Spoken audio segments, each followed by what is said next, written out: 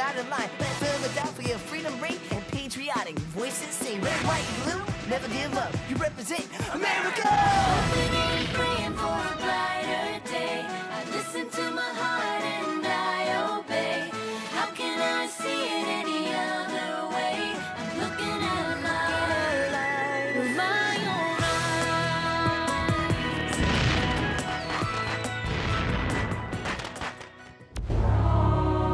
Here are some exciting scenes from today's episode of Liberty's Kids. Congress has lied to us long enough.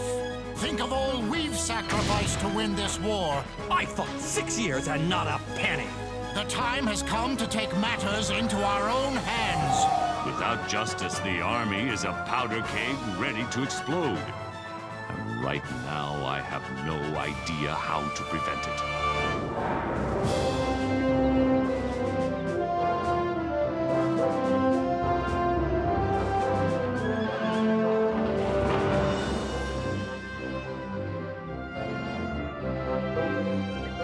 My dear Moses, I write you today with monumental news.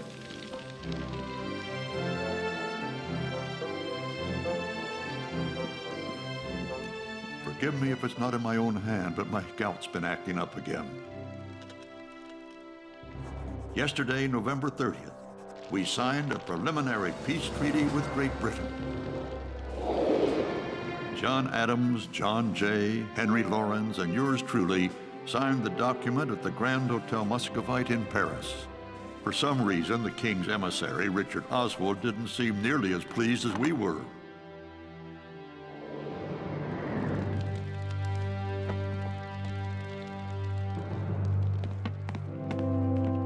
Liberty is ours, though one troubling question remains. We've won our war, but can our new nation survive in peace? Dr. Franklin, forgive me for interrupting, but I'm in an absolute state. The British ministers refuse to let me paint them signing the peace treaty. I won't be able to finish. Look at it this way, Mr. West. You must abandon a painting. The British must abandon a country.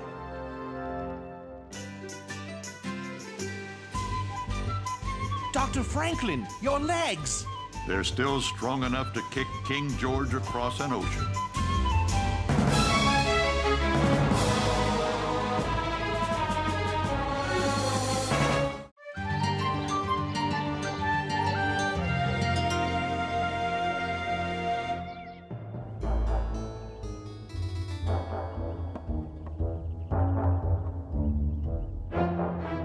Henri, at least pretend you have manners. Wait for me. Sorry, it just smells so good.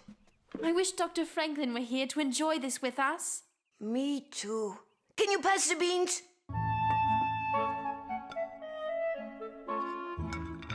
And Moses as well. Oui, and he sure likes turkey. Could I have a drumstick? And James. It's been forever since we've seen him.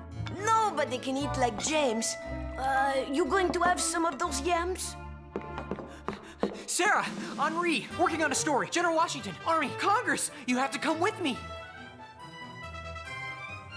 Oh, I'm sorry. You're eating. Forget eating. This sounds exciting. Besides, we hadn't really started yet, had we, Henri? No. So what's this about a story? It can wait.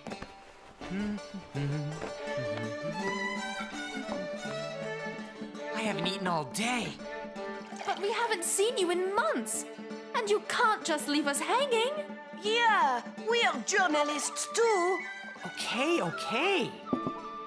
What if I told you General Washington could have had the chance to become King of America? If he had become a king, then I am the Prince of France. I don't understand. Didn't he fight to get rid of a king? I'd better start at the beginning. Remember how I went to visit General Washington and the Continental Army?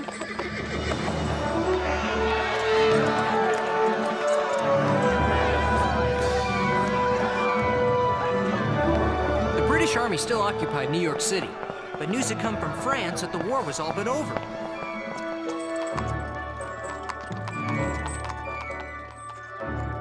Whoa, Caesar. Time to eat.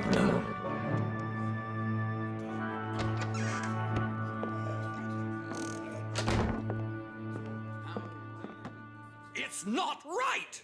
We've got to do something. We're being cheated! It was Major General Horatio Gates and some of General Washington's highest-ranking officers. I thought I'd go over and say hello. Gentlemen, Congress has lied to us long enough. Think of all we've sacrificed to win this war. And now that freedom is in our grasp, what has Congress done? It's broken every promise it's ever made, that's what. Has any man here been paid so much as a farthing by Congress? I fought 6 years and not a penny. Congress promised us all pay. Then it promised us a pension for life. Now it wants to discharge us without giving us either.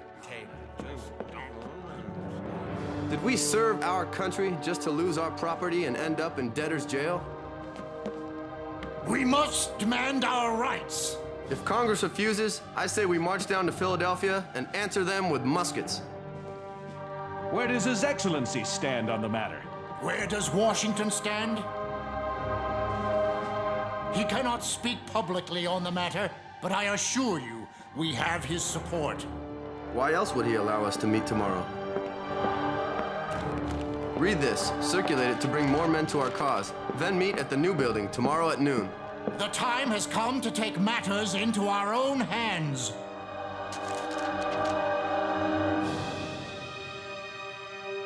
If you have sense enough to discover, and spirit to oppose tyranny, whatever garb it may assume, awake to your situation. If the present moment be lost, your threats hereafter will be empty. What they were talking about sounds like armed rebellion. It's mutiny. This is the second such letter to be circulated amongst my officers. I ordered them to postpone their meeting, hoping they would reconsider. Obviously, they have not.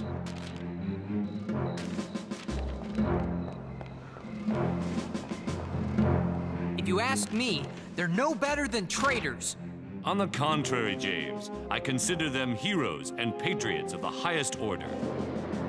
They risked their lives to fight for a new form of government. And now they feel that government's turned its back on them. But what they've said about Congress comes from honest frustration. They haven't been paid, and there's little chance they will be. But why? The National Treasury has no money.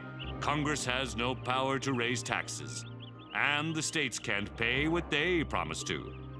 The simple truth is that without a strong central government, our republic cannot survive. I heard one of the officers say that you would support an armed uprising on Congress. Is that true? There's something I'd like you to see.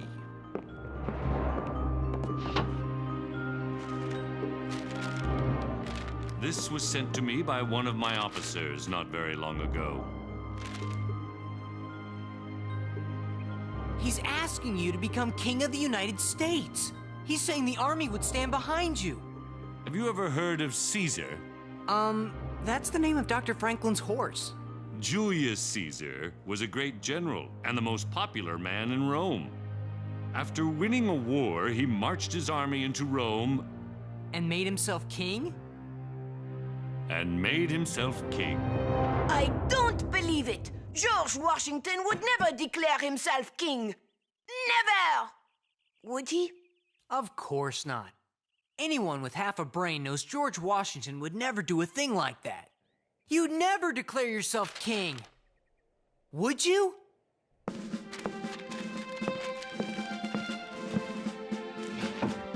No, James, the very idea is abhorrent to me. To say nothing of the fact that neither the American people nor the vast majority of soldiers would stand for it. The army exists to serve Congress, not the other way around. I thought everything would be fine once the war was over. Now it seems like things are worse than ever. Without justice, the army is a powder keg ready to explode. And right Now I have no idea how to prevent it.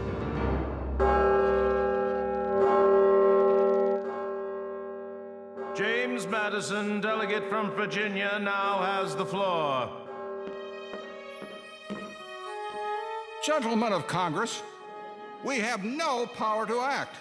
We have failed to live up to our promises. Now, General Washington warns of an armed uprising against us. Armed uprising? Outrageous! Who are these men? This must not stand! The army shall not rule. If we do not find some means to pay these honorable men, God only knows what will happen next.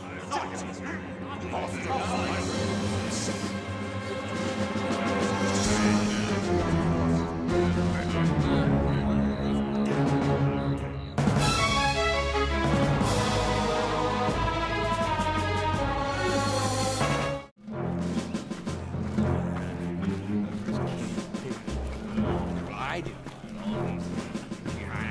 Politician, tell me what's fair now. Congress.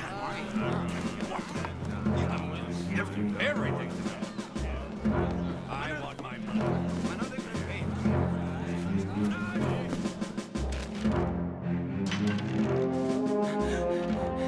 me? General Washington! The officers at the meeting hall! I've been composing my speech. It will be the most important one I'll ever make. I only hope it doesn't fall on deaf ears. I'd be willing to listen, if you'd like to rehearse it. Perhaps that's not a bad idea. You wear glasses? Sir? I've kept it a secret. It's not something a commanding officer wants his men to see, unless... I've got to get over to the new building. But what about rehearsing your speech? I just realized that what I say is far less important than how I say it.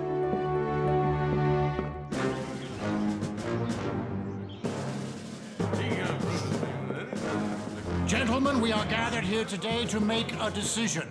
Shall we stand down and receive nothing for our efforts, or shall we rise up and force Congress to give us satisfaction?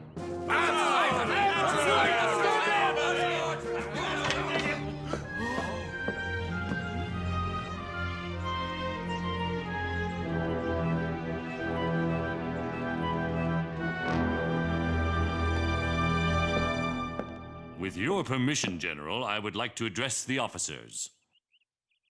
Oh, we'd be honored, Your Excellency.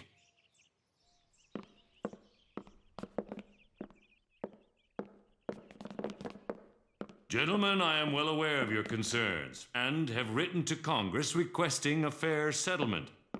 I ask you to be patient. Why should we? We've waited long enough. Shh! Let him speak! I also ask you to remember all we've been through together. The hardships at Valley Forge. Our victories at Trenton and Princeton.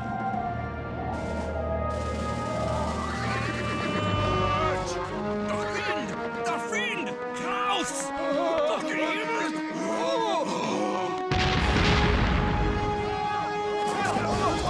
And Yorktown.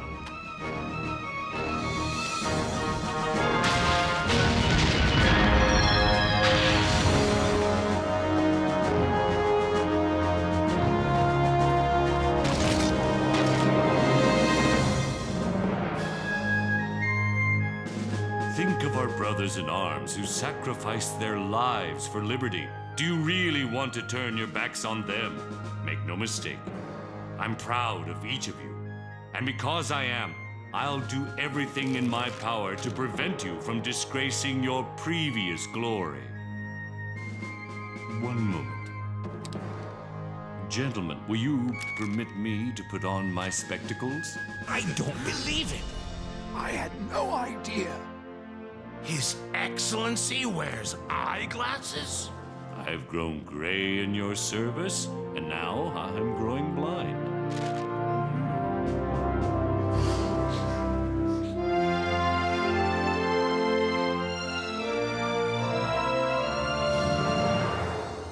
he stopped a rebellion just by putting on his eyeglasses? They had sacrificed a lot for their country. But when they saw how much Washington had sacrificed for them... What happened to their rebellion against Congress? It ended right there.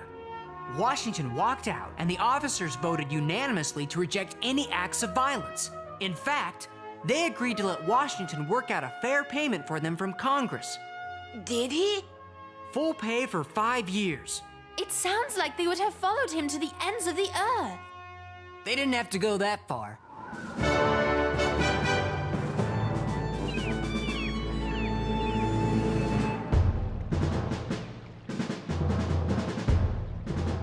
King George gave his blessing to the peace treaty, and General Sir Guy Carleton and the British Army evacuated New York City once and for all.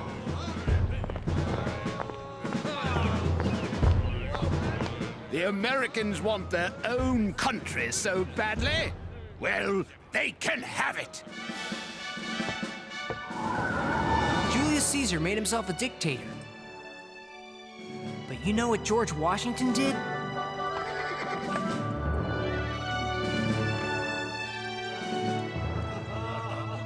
He invited all his officers to Francis Tavern and said goodbye. I have looked upon each and every one of you as a member of my family, and I wish that your future days will be as prosperous and happy as your former ones have been glorious and honorable.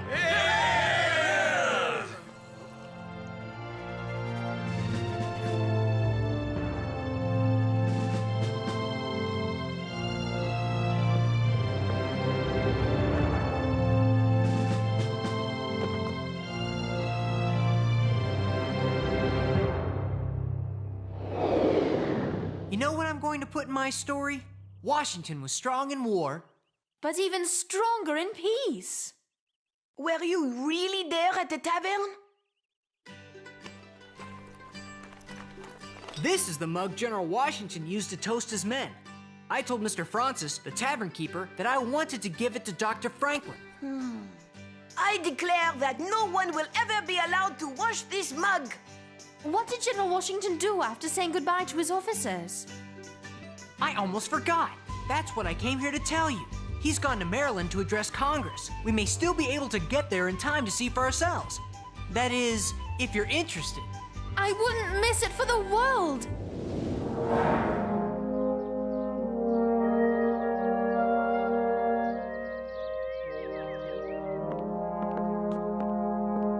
Gentlemen of Congress, I've come here today to thank you for your faith in me, and to surrender to your hands the trust you placed in me.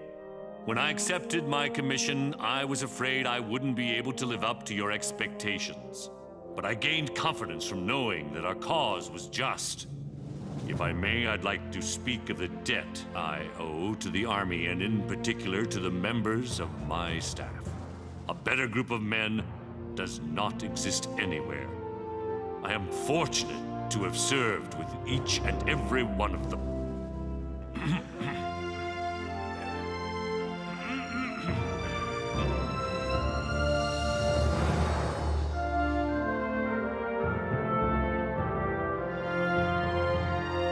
Gentlemen, it is with a heavy heart that I offer back my commission. My work is done, and now I look forward to retiring from the great theater of action. I came in here a general. I shall leave a private citizen.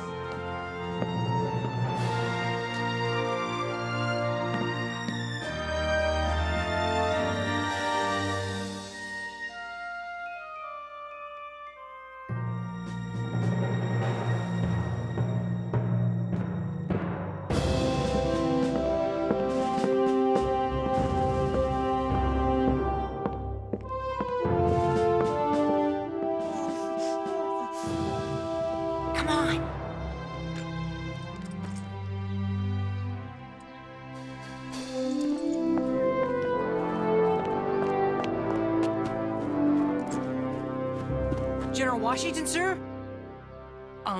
Can I still call you that? I don't see why not, James. Where are you going now? Home. I have a farm that needs tending to.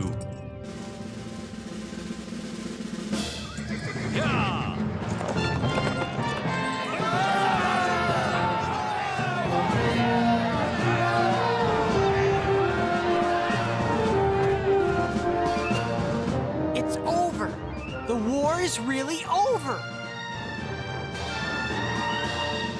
It's over! Huzzah! It's over!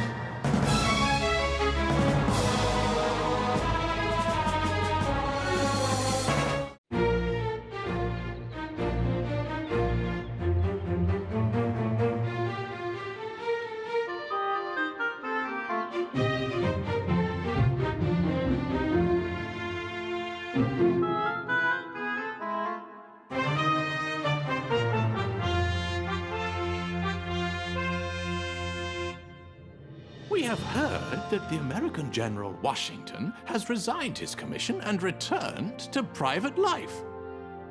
Come here.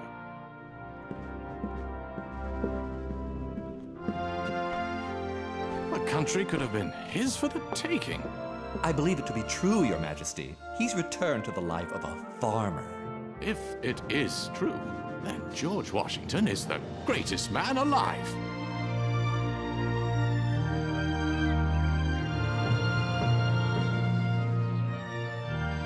Does it look all right, sir? The dove of peace, exactly as I saw it in my dream. If anybody needs me, I'll be surveying the orchards. Yeah.